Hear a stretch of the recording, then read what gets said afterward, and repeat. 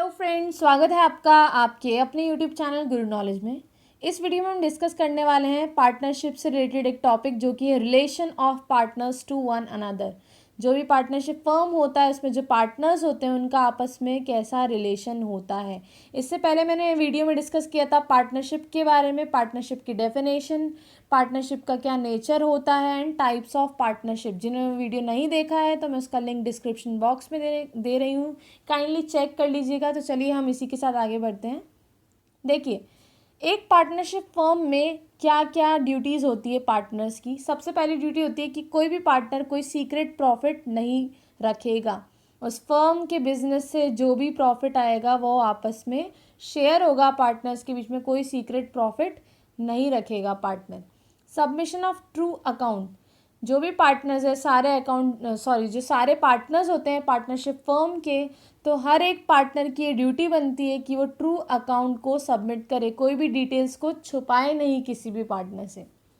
हर partner faithful रहे other partner के साथ, ये भी उसकी एक ड्यूटी बनती है। Duty to indemnify the loss cost to the firm by his misrepresentation और फ्रॉड, कोई भी पार्टनर अगर कोई फ्रॉड कर देता है या फिर कुछ मिस रिप्रेजेंटेशन हो जाती है उससे, तो उसकी ये ड्यूटी बनती है कि फर्म को क्या करेगा, इंडेमनीफाई करेगा उस लॉस से, उस फर्म को प्रोटेक्ट करेगा उस लॉस से जो कि उस पार्टनर की वजह से हुआ। तो ये चार ड्यूटीज़ होती है बेसिकली पार्टनर्स की। Contract between the partners. The partners of the firm can decide their mutual rights and duties and they can change it from time to time with the consent of all partners. This may be implied or expressed. जो भी firm के partners होते हैं उनकी जो mutual rights and duties होती है वो कभी भी change हो सकती है time to time, अगर सारे पार्टनर्स रेडी हैं उसके लिए, with the consent of all partners. ये जो ड्यूटीज़ और राइट्स होते हैं ये ओरल भी हो सकते हैं और रिटर्न भी हो सकते हैं, इम्प्लाइड भी हो सकते हैं और एक्सप्रेस भी हो सकते हैं। It should not be against the provision of Indian Partnership Act, पर ये इंडियन पार्टनरशिप एक्ट के प्रोविजन के खिलाफ नहीं होने चाहिए। जो भी राइट्स एंड ड्यूटीज़ हैं इंडियन पार्टनरशिप एक्ट के अंडर में ही आने चाहिए। नेक्स्ट देख लेते हैं conduct of business and role of partners. Partners का क्या रोल होता है। Partners have right to take part in day to day conduct of business. जो भी पार्टनर्स होते हैं एक पार्टनरशिप फर्म में उनका राइट है कि day to day conduct of business में वो पार्ट ले सके। Partners must attend their duties with due diligence. इसका मतलब ये है कि हर एक पार्टनर को अपनी रिस्पॉन्सिबिलिटी समझनी चाहिए फर्म के प्रति और उनको अपनी ड्यूटीज़ अच्छे से निभानी चाहिए। Any difference in ordinary matters connected to business for opinion will be decided by majority. कोई भी अगर ऐसा मैटर आ जाता है जिसमें जो बिज़नेस से कनेक्टेड है और जिसमें क्या हो रहा है, सपोज़ 5 पार्टनर्स हैं, 2 एग्री कर रहे हैं उस चीज़ के लिए और 3 डिसएग्री कर रहे हैं, तो मेजॉरिटी को देख के डिसीजन लिया जाएगा। तो वहाँ पे क्या हो जाएगा फाइनली, जैसे 2 एग्री कर रहे थे 3 डिसएग्री, तो फाइनली उस चीज़ को डिसएग्री ही करेंगे, वो फाइनल डिसीजन रहेगा।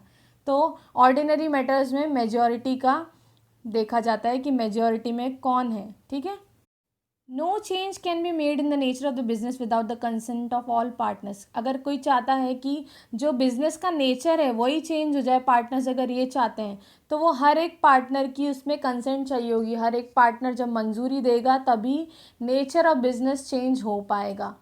Partners have right to have access of book of account. जो भी बुक ऑफ अकाउंट्स है उसमें हर कोई पार्टनर क्या कर पाएगा, एक्सेस कर पाएगा। चलिए अब देख लेते हैं mutual rights and liabilities of the partner. No remuneration can be paid to the partner unless it is provided in the deed. अगर डीड में कुछ भी मेंशन नहीं है तो कोई भी सैलरी का पेमेंट नहीं होगा किसी पार्टनर को। लेकिन अगर डीड में कुछ ना कुछ ऐसा मेंशनड है कि हर पार्टनर को कुछ ना कुछ फिक्स सैलरी दी जाएगी तो ऐसा तभी होगा, अदरवाइज कोई सैलरी का पेमेंट नहीं होगा।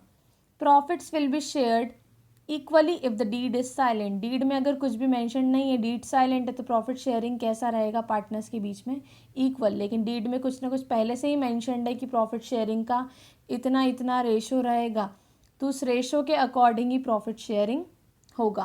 Firm to indemnify the partners for any payments incurred by them in case of emergency to protect firm from the loss.